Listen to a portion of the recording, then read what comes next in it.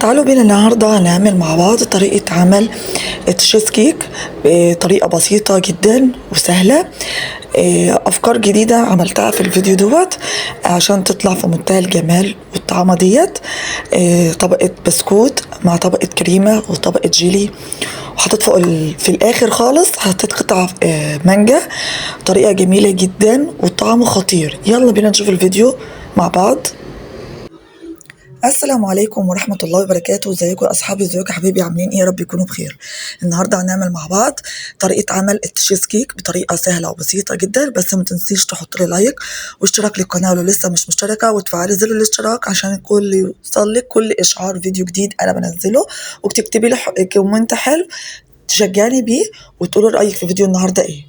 زي ما انتوا شايفين معايا بسكوت شاي، اي نوع بسكوت شاي عندك، ودوت لبن بودرة بطعم الفراولة، وعلبة جيلي فراولة اللي هي نوع دريم، اي نوع اللي انت حباه بس هو النوع ده كويس جدا.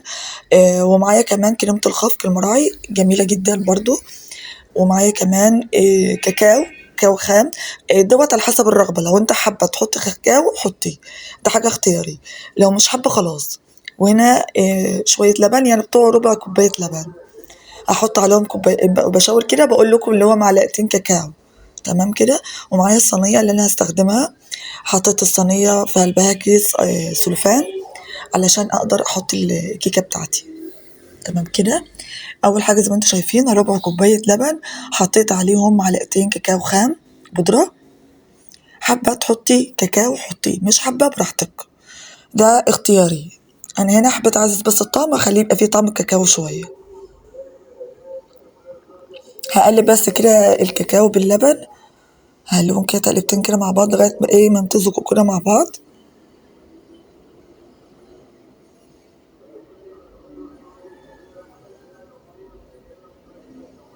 وطبعا البسكوت اي نوع بسكوت كويس جدا عندك استخدميه، اي بسكوت شاي. انا البسكوت دوت صراحه طلع جميل جدا. هنا كده زي ما انتم شايفين هبل كده البسكوت بتاعي، هغرقه كده في اللبن والكاكاو، وارجع ارصه في قلب الصينيه. هعمل بالطريقه دي كلها، بطريقه البسكوت ديت كلها في قلب الصينيه. طبعا في افكار كتير جدا انت بتستخدميها. ممكن كنت الاول بستخدم البسكوت بطحنه في الخلاط في الكبه مع شويه زبده، واطحنهم كده مع بعض، وبعد ما يطحنوا بقوم مسويهم في الصينيه، واقوم حاطه طبقه الجيلي بتاعتي، وطبقه قصدي سوري الكريمه والكلام ده كله. لكن هنا حبيت الطريقه ديت صراحه، طريقه سهله وطريقه حلوه. بدل ما تقعدوا تطحنيهم او كده، دي طريقه حلوه. وممكن كمان الطريقه دي كمان تعمليها، بدل ما تعمليها في صينيه ممكن تعمليها كاسات. هتحطهم في كاسات، كل بوله لوحدها كده، وترش فوق الكريمه، وتحط طبقة مانجا وبعدين طبقة كريمة وطبقة مانجا، وفي الآخر خالص بتحطي الجيلي بتاعك. بتبقى في منتهى الجمال، لها أفكار كتير جدا. بإذن الله هجرب معاكم.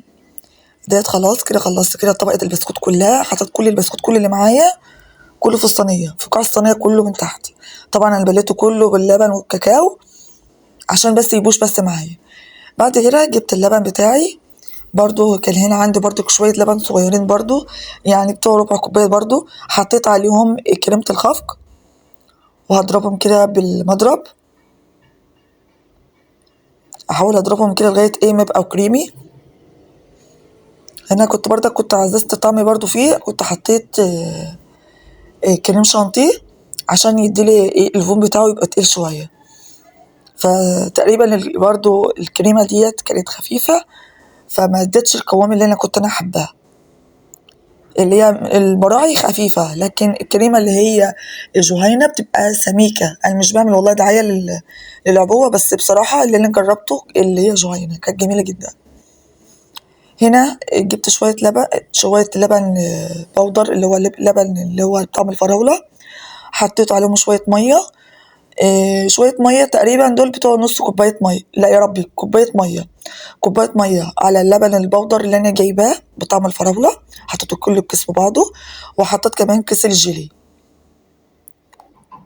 مش بقول لكم النهارده افتكاسات يعني حاجات تقالية كده حلوة، بس بصراحة طلعت جميلة. اول مره اجرب اللبن البودر اللي بطعم الفراوله مع الجيلي، بصراحه طعمها حلو قوي، فكره جديده وقلت اجرب، طلعت جميله اهو. هنا طبعا اختي اللي بتصور وهي كمان اللي بتوري لكم الاكياس والحاجه اللي انا استخدمتها وكده. فقولوا بقى رايكم بقى في التعليقات، ايه رايكم في التصوير بتاعها؟ في حاجات كتير انا حذفتها اصلا لان التصوير بتاعها كان جميل قوي مش عارفه اقول لكم ازاي. الفيديو ده انا كنا قاعدين نصوره في المطبخ كده عند ماما انا واختي، عايزين نعمل حاجه مفاجاه لماما، النهارده كان عيد ميلادها فعايزين نعمل لها مفاجاه. طبعا الفيديو ده اصلا ده كان في اول 8، يعني كان يوم عيد ميلاد ماما، فالفيديو ده ما كنتش نزلته اصلا، كنت انا تعبانه ما كنتش نزلته. فبعدين قلت انزله لكم بقى. فبعدين قلت منزل لكم الفيديو دوت واقول لكم تشوفوا رايكم في التشيز كيك اللي احنا عملناه.